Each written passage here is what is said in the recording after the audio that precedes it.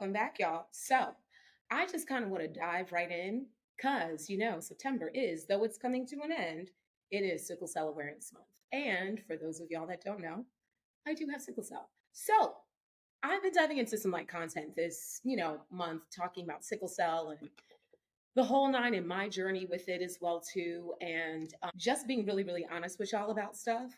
And this is the thing, like awareness is really, it's a good thing to have, truth be told, like for anything. For me, awareness is actually the very first step into anything. However, awareness isn't enough, and I feel the same way when it comes down to sickle cell, right? Like awareness just isn't enough. And by the way, I do have notes, so because I want to keep myself on track, so if you see me looking over, I'm looking to my notes. Anywho, awareness is cool and the ribbons are cool, but the problem that comes down to, if all you do is stop at awareness, and this is even in your personal life, if all you do is stop at awareness, then nothing else moves forward.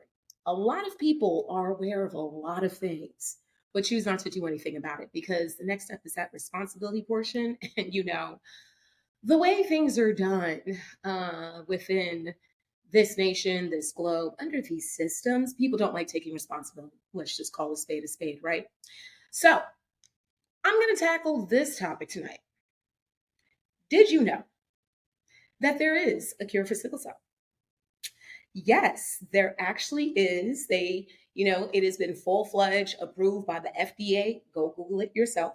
You can find out the information. You can, what's it called? It's been approved. There is a cure for sickle cell.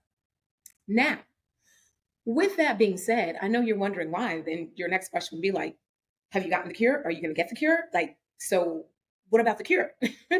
And the truth is, no, I'm not going to get the cure, but there's a reason why. It's because the cure costs $2.2 million. Yes, the cure for sickle cell anemia costs $2.2 million. And that's why you see I'm not getting the cure, and where a lot of those of us who have sickle cell are not going to get the cure as well too, right? Because the thing about it is like it costs. Who has 2.2 million sitting in their back pocket? I wish I did. If I had 2.2 million sitting in my back pocket, if that was the extra funds, then maybe I would definitely like think about going ahead. What's it going to take? All this other type stuff, right? But 2.2 million, that's the bill. That is the bill in order to get the cure for sickle cell. And this is the thing. If you want to learn more about like the depths of all of that stuff, I did write an article and it'll be tagged down below so that you can go read it for yourself to read more about this, right? Like this is a whole mini series on it so you can learn some more information as to why things are the way they are. So the catch is though, the actual cure, which is like gene therapy. They also do have bone marrow transplants, which you can do as well. That was kind of deemed a cure, but not necessarily because bone marrow transplants can reverse back the whole nine. But gene therapy, and it's called CRISPR gene therapy. That is CRISPR. Drop off that E. CRISPR gene therapy is the one that helps to actually have a cure for sickle cell anemia. I won't get into the technicalities of it all. I could because I'm a science geek as well too. But just know that, long story short, they're going to go into the genes, cut out some genes, put in some new genes, put it back together for your body to heal. Da da da. It's a whole thing. I'm really, really simplifying this process a whole lot. So if you really want to find out more, please go do your research as well too. Like I said, or you can check out the article because it does have that information within it, right? Or you could get bone marrow. Like I said, you can get a bone marrow transplant. Bone marrow, though, you have to have a donor. That means you have to have someone who matches you, and it's best to match with someone who's in your family. But that also means that they also need to not have the sickle cell trait or sickle cell at all. They have to be with the genotype AA. And so you can do that. There is a pretty penny for that one as well, too. That one costs a little over $400,000. And mind you, we're talking, I'm just dropping numbers, but we haven't even touched on the insurance portion of it all, right? So those are kind of the costs. So there's actual cures out there for sickle cell. However, the thing about it is that with those types of costs, 2.2 million for the CRISPR gene therapy, and then like over $400,000, of course, for bone marrow transplant. And there's another person also involved as well too. It creates a lot of problems. And one of the biggest problems, right? It's access. Like I said, unless you have 2.2 million or half a mil sitting in your back pocket, or not half a mil, if you have like close to, yeah, almost half a mil sitting in your back pocket to get these things done, that's all that they're going to do, is that they're going to be cures, but quite elusive. They're not accessible by any means, right? They're not accessible by any means. You have to understand, like, if there's a cure, but it's not accessible, that's not medicine. That's gatekeeping. Like, you're keeping people away from the very thing that could help them. When we talk about having a better quality of life, this would help people have a better quality of life all around, right? However, when the average person can't do it, can't afford it, their insurance won't cover it, that's not medicine. That's gatekeeping. And it is so problematic because, like, then who is this really good for? And I'm going to answer that question as we continue to move forward, right? The irony of this all is that, like, you have to understand, like, here in America, sickle cell is deemed a rare disease. Why? It's deemed a rare disease because for you to have a rare, or for there to be a rare disease, right? There have to be at least 100,000 people within the nation who are dealing with the same disease. And so sickle cell is that. It is deemed in America to be a rare disease. However, the irony of it all is that sickle cell anemia is the number one global health issue. No, I didn't stutter, and you heard me right. Sickle cell anemia is the number one global health issue. So, outside of America, this is not deemed a rare disease at all. This is actually very normal. I don't want to say unfortunately speaking, but it's a normal thing. The numbers show that this is the number one global health issue. I know people will probably think, oh, well, maybe it was maybe it was like the plague, or maybe how about like Ebola, or ASL or ALS, right? Or all those other. No, it's sickle cell. Sickle cell, number one global health issue, globally speaking. But yet, because the numbers of people that have sickle cell in America is 100,000, is around 100,000, it is deemed a rare disease. And the reason why that makes this whole entire thing even that much more ironic is because in America, quote unquote, greatest country, quote unquote, they are the leaders of the free world. That means that you have money. They've got money. However, they don't have money to go and put towards anything that they deem to be a rare disease, and that is sickle cell. So because of that, we don't get the funding. Because of that, we really don't get the research. Because of what has currently happened within this, authoritarian regime that is taking place right now, access as well as like funding, even the bit of funding and the research that was being done has been completely cut. Has been completely cut. The National Institute of Health is no longer able to do the research that they've been doing.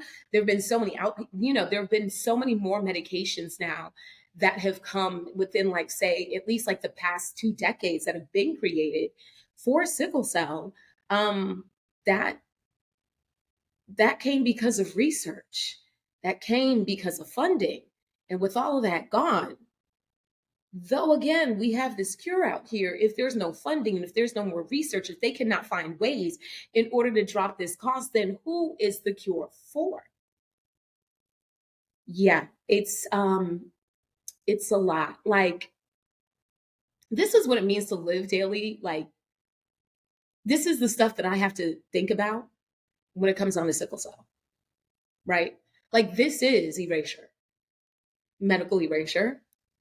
It is systemic erasure, right? This is also collective erasure.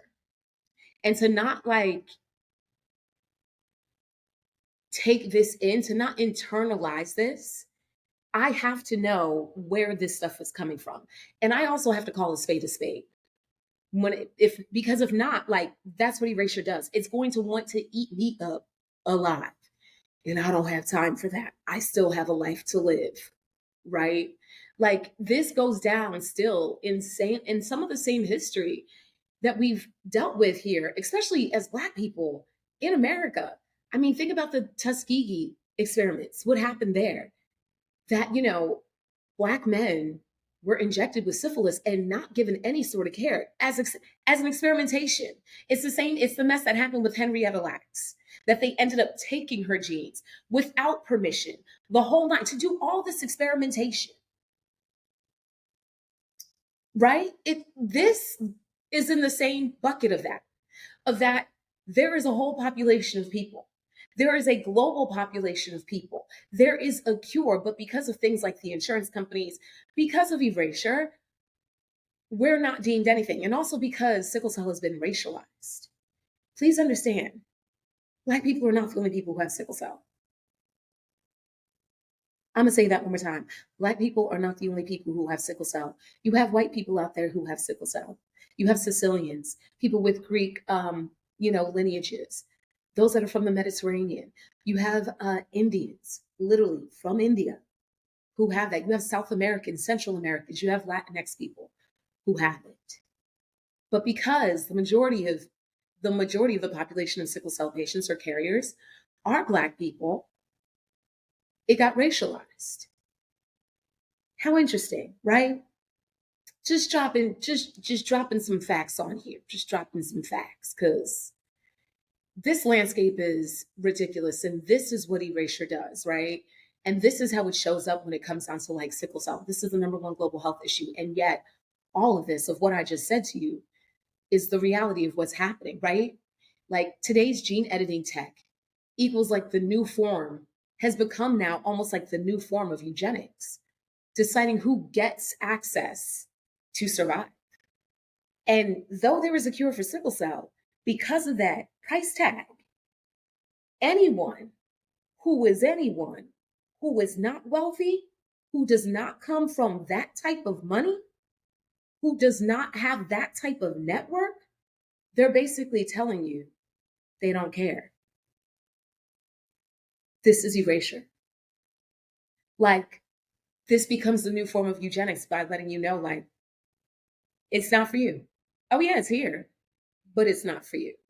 Like, ask yourself, whose lives are considered worth saving? What is that measure? Where do we draw the line of who do we end up saving? What beliefs, what are the points that go into that?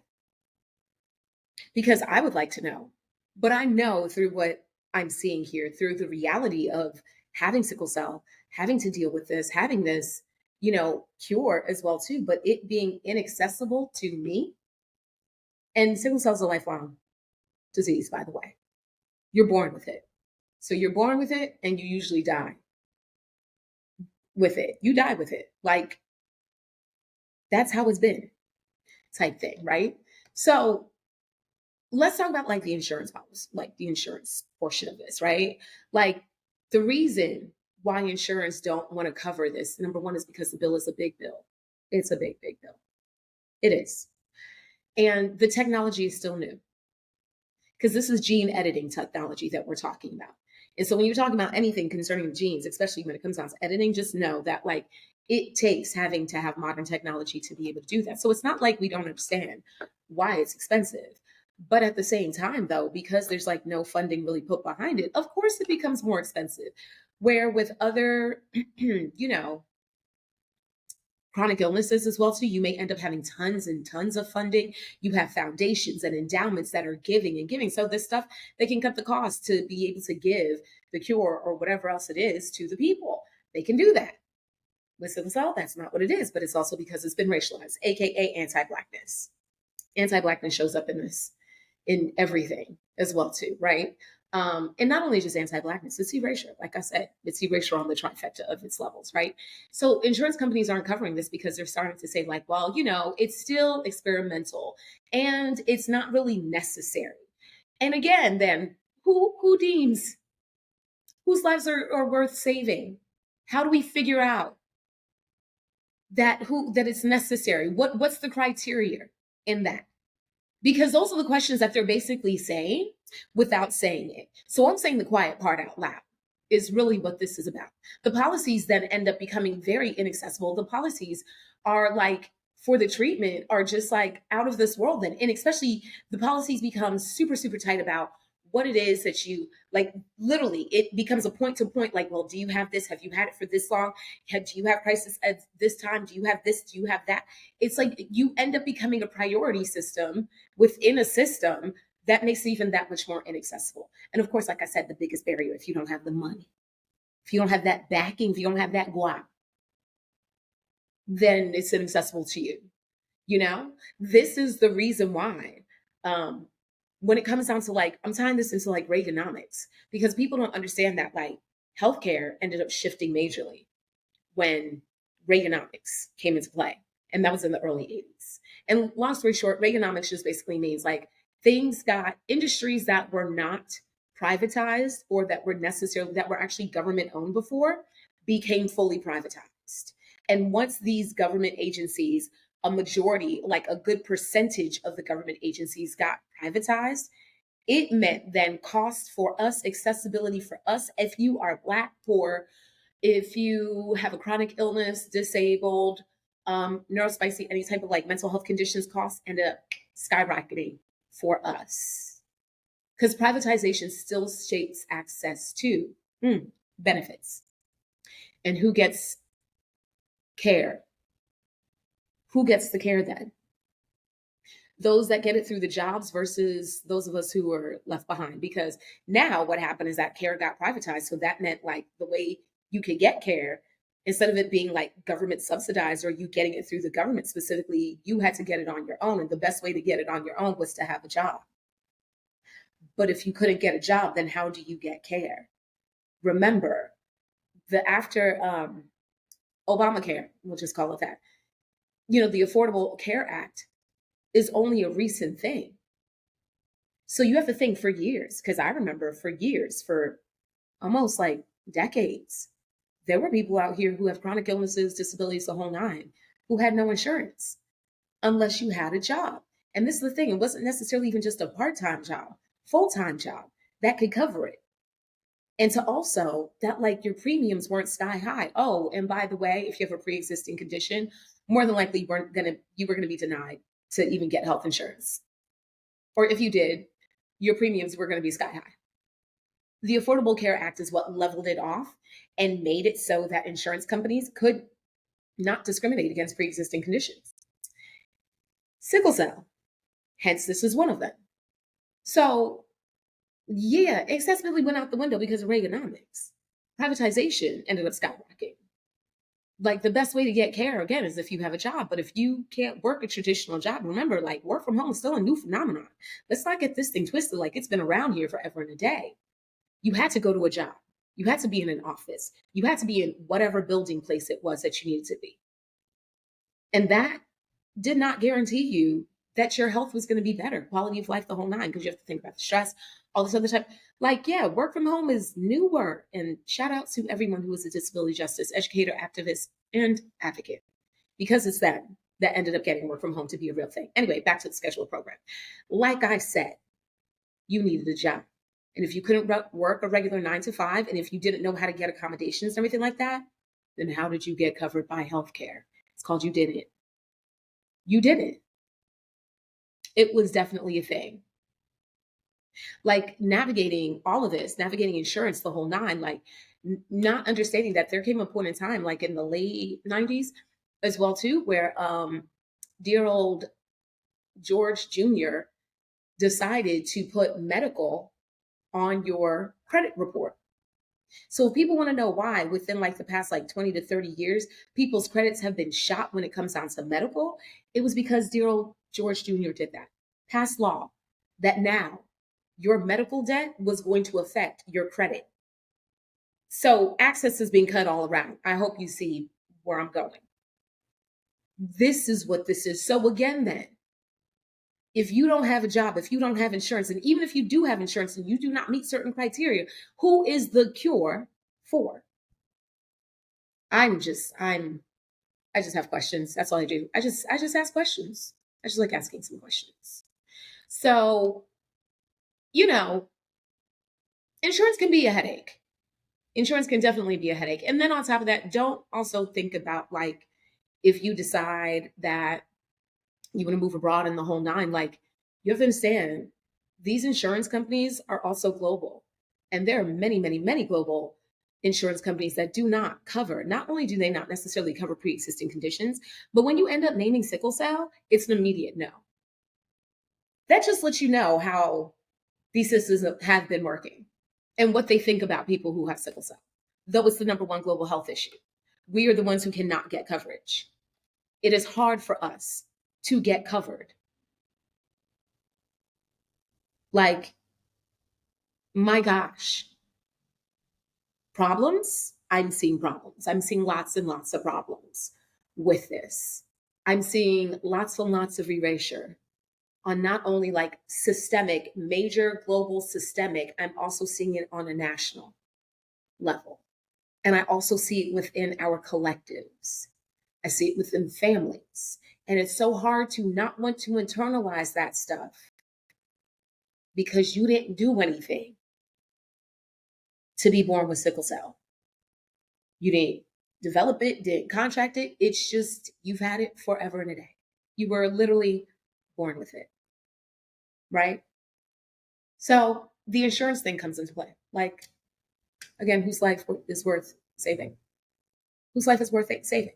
So how I like to look at this in order to like not get caught up and lost in the sauce, because all of this is very real. Hence why I'm saying like Sickle Cell Awareness Month is cool. But if people aren't out here actually telling the full truth of what it's like to actually have sickle cell and to navigate these systems, then what is it doing? What is it? Which way did he go? What are we doing? What are we doing?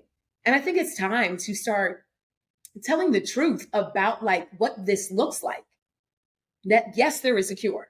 However, majority of us will probably never have the cure in these current circumstances right now as we're talking, because it's inaccessible, because it's elitist, because it's a gatekeeping.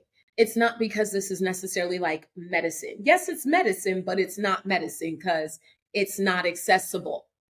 And the majority of people that do have sickle cell, even though they look like me, that means that they're being gatekept from the very thing that they need. Number one global health issue. And they don't want to tell you that no, it is not a racialized disease to have. That you have people from different ethnic groups around the world who do. But for the sake that majority people you see is us as Black folk, though you may see us even in the States they call us rare. But in the globe, we're called majority. But yet still, no matter which side we're on, we're getting screwed. Let's just put it out there. So I tend to look at things from what I like to call my trine lens, right? And my first lens within the trine lens is that it takes up three different things. The first part is the socio-political.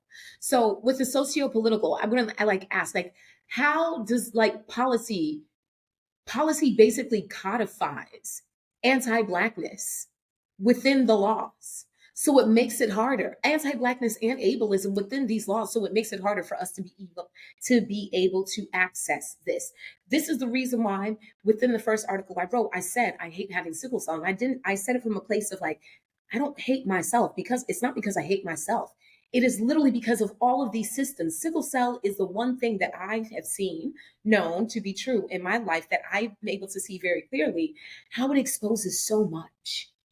It exposes inequities on so many levels. Like whatever ism you could probably think of, sickle cell exposes it. But some of the biggest isms that it exposes is ableism, number one, and then anti-Blackness, number two. Because trust, whiteness, erasure, white supremacist ideology, delusion will do everything and anything to spite Black people. That is anti-Blackness. They will literally cut off their nose if it meant that we did not have to breathe. Like, that's how insidious erasure is. It is everywhere. It is in everything. And you see the ableism all over as well, and exposes this. It exposes like the way these policies are built out that you see so easily. You're like, Black people are definitely not going to be able to meet some of these criteria here. Like, you have to have a very special setup in order to be able to do this thing. Because these aren't systems of care, these are systems of extraction that are built off of capitalism. Capitalism's completely exposed because that's what $2.2 million tag is. That is nothing but capitalism. No one ever said that technology was not necessarily cheap. However, we didn't have to say that technology has to be so unaffordable or inaccessible. And that's exactly what they're doing with the cure of sickle cell. Completely inaccessible to the average person. So when I look at this from a socioeconomic lens, right, this just shows you like how poverty and privatization gatekeep care. Like when you are not able to access, you're not able to access the very thing that could help you live a better quality of life, to be free of pain, right? In this manner. Even to make it a choice if this is what you want to do. Because I'm not even saying that everyone has to go through this. But I'm saying though, there should at least be choice. And when choice is taken away because of capitalism, because of poverty, because a lot of people that have sickle cell are also on disability. And that's a whole nother story for another day. You need to wait for that video because it is going to be coming out. But like, yeah, like it ends up, a lot of people end up in poverty for having sickle cell. That's just the truth of it. That's the truth of the matter. Because if you're on disability, it is literally legalized poverty. But you need disability in order to be able to access healthcare because you can't work a regular 9 to 5 job. Even with some of the work from home jobs, the stipulations are still so stringent that it's mimicking what 9 to 5s were doing in the workplace. It makes it hard. So you end up getting on disability. Then you end up finding out like you can't even work a full time job, damn near a part time job. Poverty. And I know it. I'll have to get into that story next time. But let's just say I know the ache of what it means to have to deal with that system. Sickle cell exposes all of this. And to me, that's nothing but erasure. Nothing but erasure. The whole thing. So again, when I look at this now from like the socio-spiritual realm, right? I ask myself, like, what does it look like to live knowing that empire has put a price on your survival? There is a price on anyone who has a chronic illness, that has a disability, and that is even neurospicy. A price tag has been put on our bodies. And to me, it feels a lot like what happened to a lot of our ancestors before. It feels like modern day slavery. It feels like imprisonment, all at the same time. For the sake that there is a price tag on how much it is that my life is worth something. That my life, in order for me, if I decide to be cured, has a $2 million price tag that I have to shell out. That's problematic. That's very problematic to me, that there's a price tag on my life. So think about everyone else. Think about all of us that are like pushed out in those spaces and places. Like there is a price tag on our lives, and that doesn't feel good by any means. But welcome to capitalism, where we are treated again like commodities and objects and not humanely. There is no system of care. And being able to see things from like this trifecta lens of mine, looking at this from the socio-political of like how policy codifies this, asking from the socioeconomics of like how poverty and empire, are gate kept, like how privatization of care has been like gate kept, and then looking from the social political or looking from the social spirit and seeing like knowing that there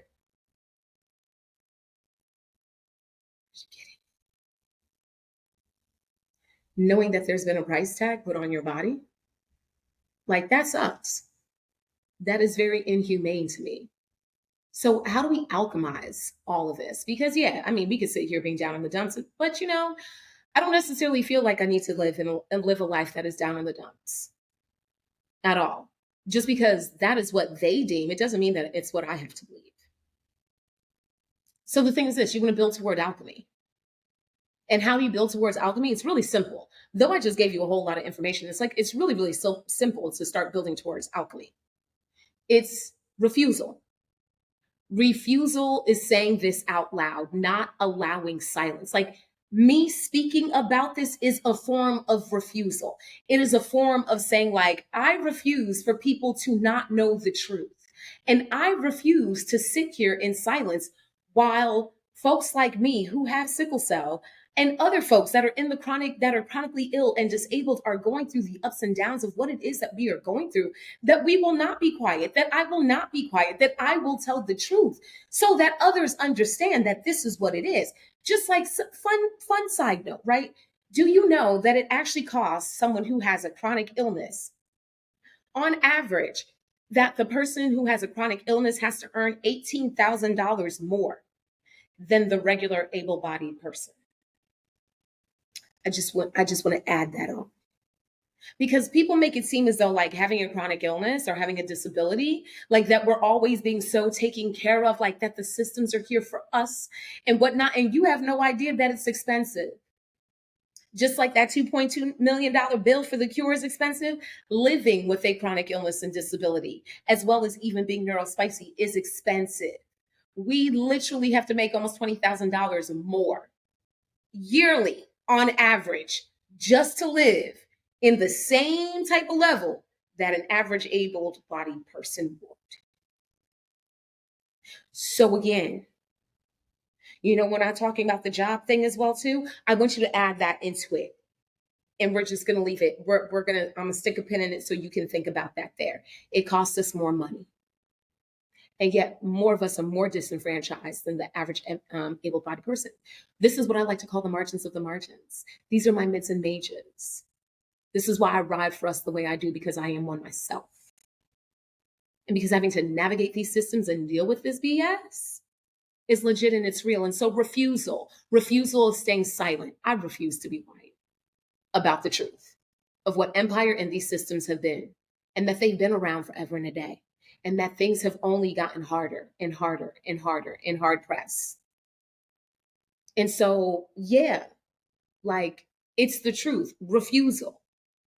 Like Zora Neale Hurston said, like if you don't, like, I'm paraphrasing, but basically the whole idea is like, if you don't say something and you die, they'll say that you liked it. I'm not going to die saying I liked it. Absolutely not. Not especially underneath these systems. That is a whole no. I need you to understand that. I refuse to swallow my death silently.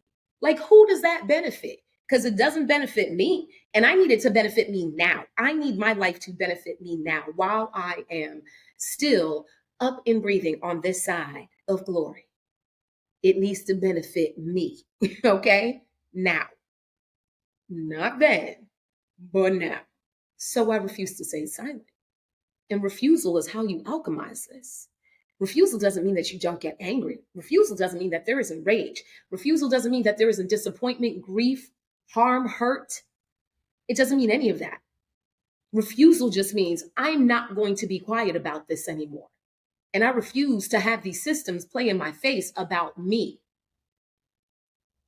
That's what refusal is. That's how you begin to alchemize it, right? Like present, and the thing is this, the other thing then you do to start alchemizing it is like, we need to find some present day solutions. And guess what? There are some definitely present day solutions that are here.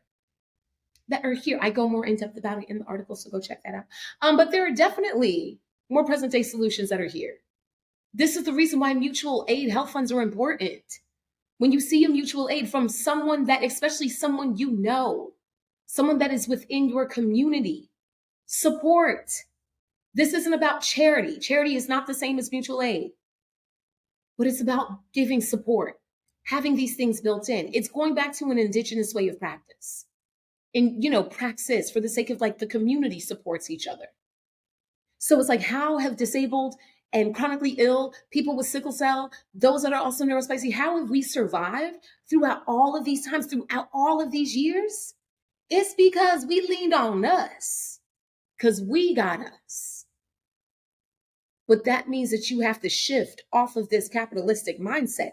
You have to shift from like literally being continually swallowed up and indoctrinated by the system of erasure.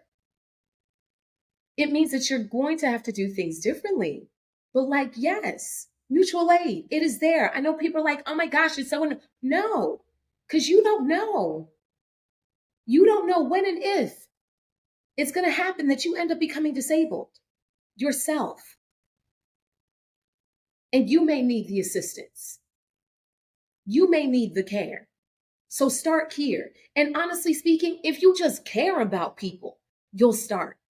I know that everybody, everyone watching this has someone in their family somewhere who is not the healthiest, quote unquote. And when I say healthy, that's relative.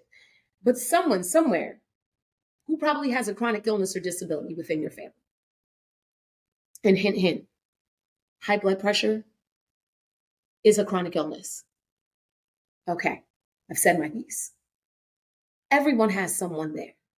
So to deny as though like it's not real, to deny as though like you are the healthiest of things and that it will never happen, that's called insanity. And I don't mean that in an ableist manner. I literally mean that. That's what that is. Like, you have to understand, disabled people, chronically ill people have always been here, will always continue to be here. Sickle cell is a genetic disease. Let me say it again. It is a genetic disease. So that means it's being passed on through the genes. And unless you can correct everybody's gene, meaning that those that have the trait, it's going to be here. It's going to be here, boo. So I'm just saying, mutual aid. Stop passing it up. Support your friends. Support your family members. I just told you that it costs an extra almost $20K for someone with a chronic illness to live in the same way that someone without one does. So support, and especially during this time, people are losing jobs left and right. The market is hard. It's not easy. That means if people are losing jobs left and right, what do you think that's happening to your friends and family who have chronic illnesses and disabilities right now? Have you checked in with them to see how they're doing? And instead of just asking, oh, hey, how are you doing? Have you just been like, you know what? I'm thinking about them. Let me just get them a grocery card and give it their way. Have you done things like that? Because those are other ways to alchemize this. You alchemize it through community organizing. Do you know your neighbor? Have you taken the time to know your neighbor? No one said that do you have to like deeply, deeply like be in love? So from, kumbaya with them. No, but do you know your neighbor? Are you willing to assist in this type of way? This is how we start to alchemize what is going on within this nation and within the globe, period. This is what liberation looks like. And have you also taken the time to understand that there are disability justice blueprints out there? There are so many organizations that are doing things about disability justice. There are advocates like myself who create, digital products in order to help us so that we can move through this, so we can learn how to do these things. I create content like this on purpose. There are those of us that are out here. Are you giving heed and ear to them so that you can learn these blueprints and so that you can implement them for yourself? Because you know what the most interesting thing is? When you take care of the most marginalized, everyone else actually does get taken care of. Isn't that the fascinating truth? Take care of the most marginalized person, and I promise you, every other person will be taken care of. Center them. Is that what you're doing? Are you centering them in your life, in yourself, and understanding like how to move through this stuff and what community really looks like? This is how we alchemize these things. So yes, it's through refusal and refusing to have to bend to every whim that this government is throwing out here as well too. Like, that's another way, right?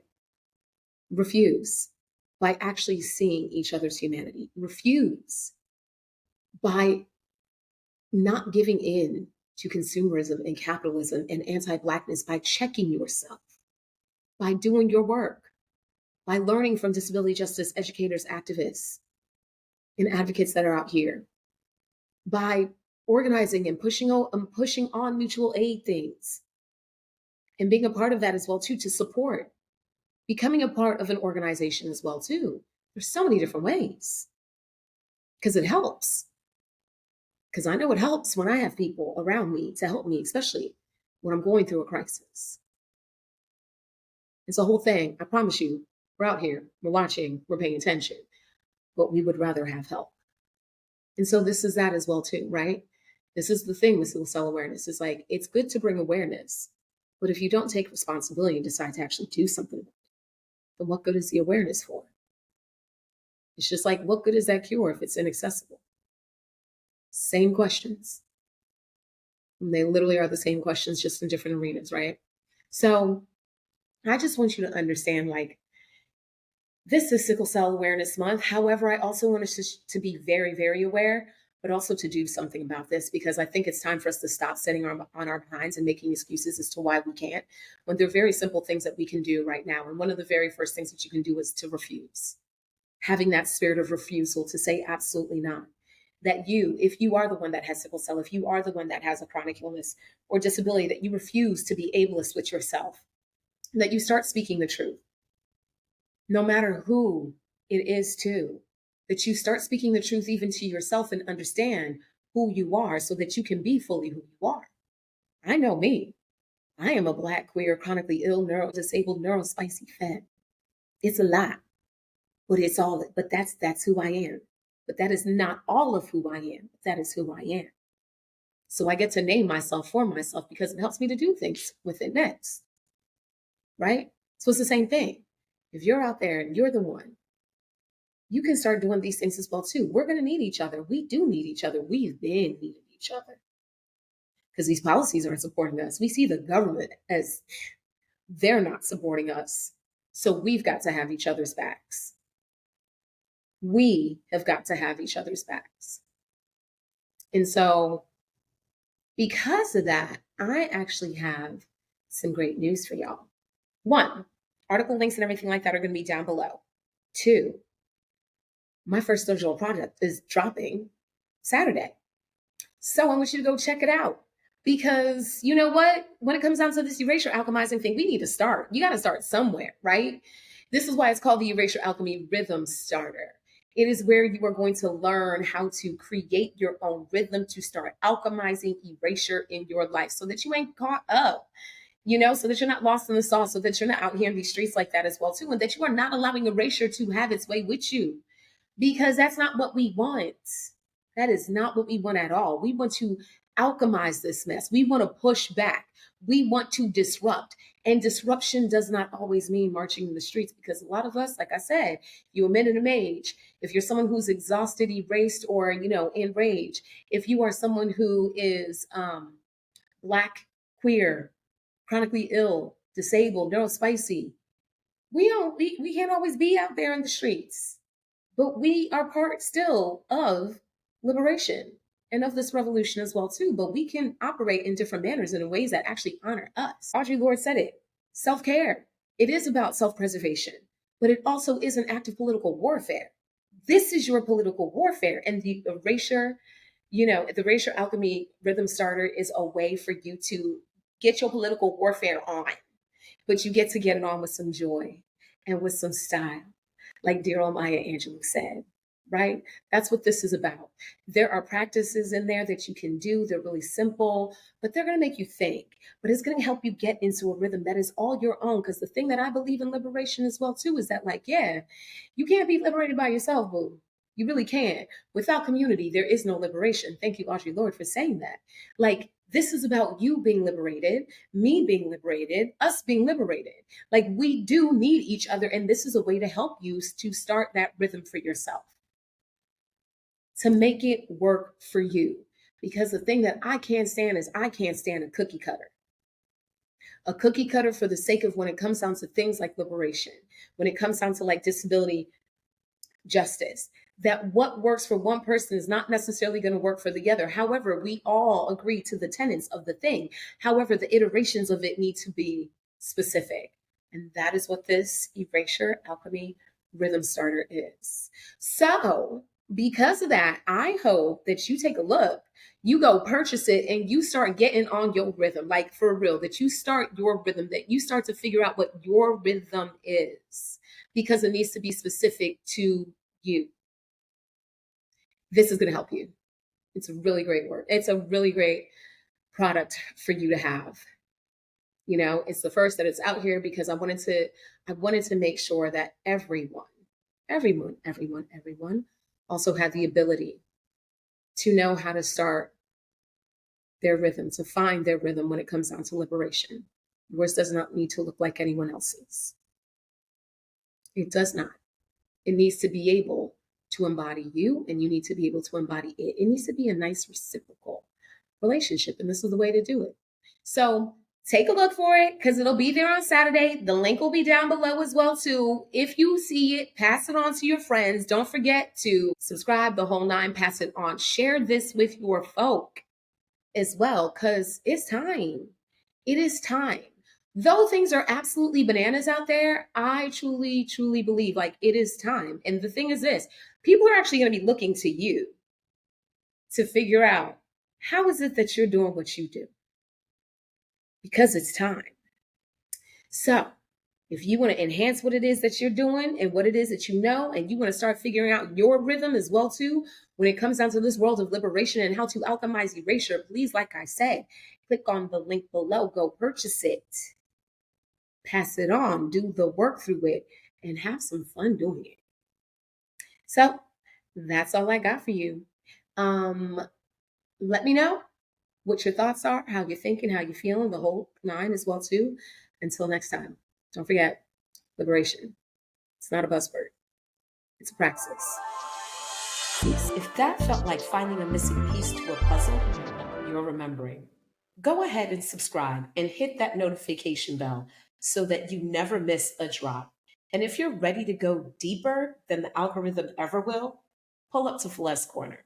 That's where real clarity lives. No code switching, no performance, just strategy, unlearning, and unapologetic truth. Links in the description. Come get free on purpose. Till next time, peace.